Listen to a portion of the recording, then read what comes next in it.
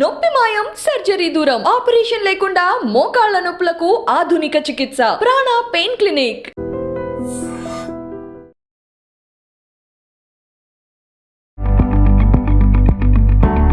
షుగర్ని కంట్రోల్ చేసుకోవడానికి కొత్త మందులు ఏమొచ్చినాయి అని చెప్పి చాలామంది అడుగుతూ ఉంటారు. అందరికీ ఏంటంటే న్యూయర్ మెడికేషన్స్ ఏమొచ్చినాయి, డయాబెటీస్ని ట్యాకిల్ చేసుకోవడానికి అనేటువంటి ఉత్సుకత, ఉత్సాహం, కుతూహలం ఉంటుంది. సో ఈ క్యూరియాసిటీ అనేది మన లైఫ్ స్టైల్ మీద కూడా కొంతమేర కనుక పెట్టినట్లయితే తప్పకుండా మనకు బెనిఫిట్స్ ఉంటాయి. కాకపోతే ఈ పర్టికులర్ ఎపిసోడ్లో మనం మెడికేషన్స్ గురించి మాత్రమే మాట్లాడుతున్నాం కాబట్టి let us speak about medications. Metformin good old medication, దాన్ని అయితే పెద్దగా మార్చాల్సినటువంటి అవసరం లేదు. ఆ క్లాస్ ఆఫ్ మెడికేషన్స్ అయితే కొత్తగా రాలేదు. నెక్స్ట్ చూసినట్లయితే కనుక SGLT2 ఇన్హిబిటర్స్ అనేవి కొత్తగా వచ్చినాయి. SGLT2 ఇన్హిబిటర్స్ వచ్చి కూడా ఆల్మోస్ట్ 8-9 ఇయర్స్ అవుతుంది. బట్ స్టిల్ వాటిని ఫెయిలీ న్యూయర్ మెడికేషన్స్ అని చెప్పి చెప్పుకోవాల్సి ఉంటుంది. SGLT2 ఇన్హిబిటర్స్ ఎలా పనిచేస్తాయంటే మన యూరిన్ ద్వారా మన బాడీలో ఉండేటువంటి, మన బ్లడ్లో ఉండేటువంటి ఎక్సెస్ షుగర్ ఏదైతే ఉందో దాన్ని ఎక్స్క్రీట్ చేస్తాయి. అది SGLT2 ఇన్హిబిటర్స్ చేసేటువంటి పని విధానం. SGLT2 ఇన్హిబిటర్స్కి ఎగ్జాంపుల్స్ ఏంటంటే ఎంపాగ్లిఫ్లోజిన్, డెపాగ్లిఫ్లోజిన్, కెనాగ్లిఫ్లోజిన్, వీటిని చెప్పుకోవాల్సి ఉంటుంది.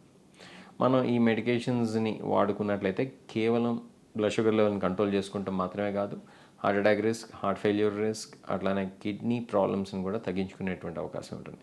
కాకపోతే వీటికి ఉన్నటువంటి సైడ్ ఎఫెక్ట్స్ ఏంటంటే they can cause excess increase risk of urinary tract infections and fungal infections in the private parts. So అదొకటే SGLT2 ఇన్హిబిటర్స్ విషయంలో మనం ఎక్కువగా జాగ్రత్తగా ఉండాల్సినటువంటి common side effect. Next class of medications కొత్తగా వచ్చినవి కనుక తీసుకున్నట్లయితే GLP-1 receptor agonist. GLP-1 receptor agonist అంటే ఏంటంటే మన వీటిని ఇంజెక్షన్స్ రూపంలో కానీ ట్యాబ్లెట్స్ రూపంలో కానీ తీసుకోవచ్చు. అవి తీసుకున్నట్లయితే కనుక మనకి సెటైటీ అంటే మనకి ఆకలి అనేది తక్కువ అవటం, అట్లానే మనం ఫుల్గా ఉన్నట్టు ఫీల్ అవటం కొంచెం ఆహారం తీసుకున్న తర్వాతే, అలానే మన శరీరంలో మన ఫుడ్ తిన్నాక మాత్రమే ఇన్సులిన్ రిలీజ్ కావటం, గ్లూకాన్ లాంటివి తక్కువగా రిలీజ్ కావటం జరుగుతూ ఉంటుంది. ఈ యొక్క GLP-1 రిసెప్టర్ అగోనిస్ట్ వల్ల బెనిఫిట్స్ ఏంటంటే just like your SGLT2 inhibitors, ఇవి కూడా చాలా లాంగర్ డ్యూరేషన్ ఆఫ్ యాక్షన్ ఉంటుంది. అంటే ఏంటంటే మీరు లాంగర్ డ్యూరేషన్ ఆఫ్ యాక్షన్ అంటాం కంటే కూడా ఇలా చెప్పుకోవాల్సి ఉంటుంది, మనకి డయాబెటీస్ వచ్చేసిన తర్వాత కూడా చాలా సంవత్సరాల తర్వాత కూడా పనిచేసేటువంటి గుణం SGLT2 ఇన్హిబిటర్స్కి, GLP-1 రిసెప్టర్ అగోనిస్ట్కి ఉంటుంది. ఈ GLP-1 రిసెప్టర్ అగోనిస్ట్కి ఇంకొక బెనిఫిట్ ఏంటంటే వెయిట్ లాస్ అనేది కాజ్ చేస్తాయి. వెయిట్ లాస్ అనేది కాజ్ చేయడం వలన ఈ యొక్క ఇన్సులిన్ రెసిస్టెన్స్ తగ్గటం, ఎక్సెస్ వెయిట్ వల్ల వచ్చేటువంటి వేరే సైడ్ ఎఫెక్ట్స్ తగ్గడం కూడా చూస్తూ ఉంటాం. అట్లానే కార్డియోవాస్కులర్ బెనిఫిట్స్ కూడా ఉంటాయి ఈ GLP-1 రిసెప్టర్ అగోనిస్ట్ వల్ల. కొంతమేరకి కిడ్నీ మీద కూడా ఇవి బెనిఫిషియల్ ఎఫెక్ట్స్ చూపిస్తాయనే చెప్పుకోవచ్చు.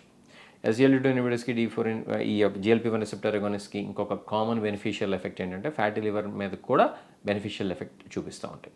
కాబట్టి ఈ క్లాస్ ఆఫ్ మెడికేషన్స్ కూడా SGLT2 ఇన్హిబిటర్స్ అనేది చాలా వండర్ఫుల్ మెడికేషన్స్ అని చెప్పి చెప్పుకోవచ్చు. ఎగ్జాంపుల్ కింద మనకి ఇండియాలో అయితే కనుక సెమాగ్లూటైడ్ ఉంది, అది ఇప్పుడు బాగా పాపులర్. ఇదివరకు లిరాగ్లూటైడ్, డులాగ్లూటైడ్ ఉన్నా కూడా semaglutide in one way has taken over these 2 medications.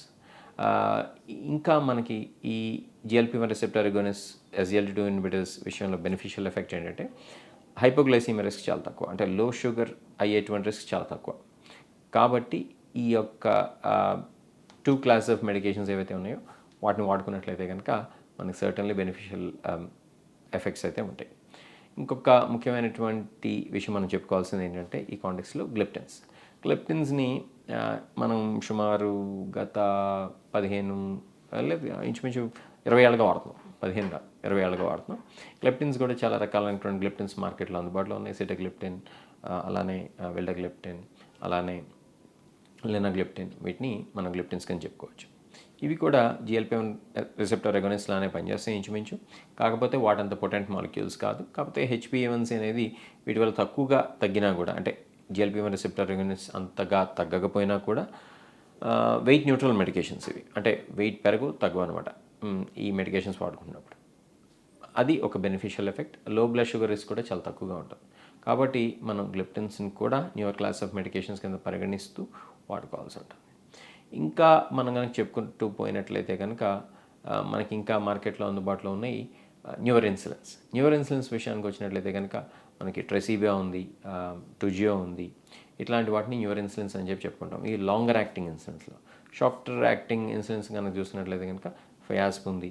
ఇట్లాంటి అల్ట్రా ర్యాపిడ్ యాక్టింగ్, అలానే అల్ట్రా లాంగ్ యాక్టింగ్ ఇన్సులిన్స్ వల్ల చాలా బెనిఫిషియల్ ఎఫెక్ట్స్ ఉంటాయి. యూజువల్గా ఏంటంటే వెయిట్ అనేది పెద్ద పెరగకపోగా హైపోగ్లైసీమియా రిస్క్ అనేది చాలా తక్కువగా ఉంటుంది. అట్లనే బ్లడ్ గ్లూకోజ్ ఫ్లక్చుయేషన్స్ కూడా బాగా తక్కువగా ఉంటాయి ఈ ultra short acting and ultra long acting insulins వల్ల. ఇంకొక అడ్వాంటేజ్ ఏంటంటే ultra short acting insulins immediately after food తీసుకోవచ్చు. ఇదివరకు పాతకాలపు ఇన్సులిన్స్ అన్నీ ఇమీడియట్లీ బిఫోర్ ఫుడ్ కానీ 20-30 మినిట్స్ బిఫోర్ ఫుడ్ కానీ తీసుకోవాల్సి ఉంటుంది. కానీ న్యూయర్ ఇన్సులిన్స్ వల్ల ఏంటంటే బెనిఫిషియల్ ఎఫెక్ట్ లో బ్లడ్ షుగర్ రిస్క్ తక్కువగా ఉండటంతో పాటు ఇమీడియట్లీ ఆఫ్టర్ ఫుడ్ కూడా తీసుకోవచ్చు. అలానే మీల్ టైం ఫ్లెక్సిబిలిటీ అనేది ఈ అల్ట్రా లాంగ్ యాక్టింగ్ ఇన్సులిన్స్కి కూడా ఉంటుంది.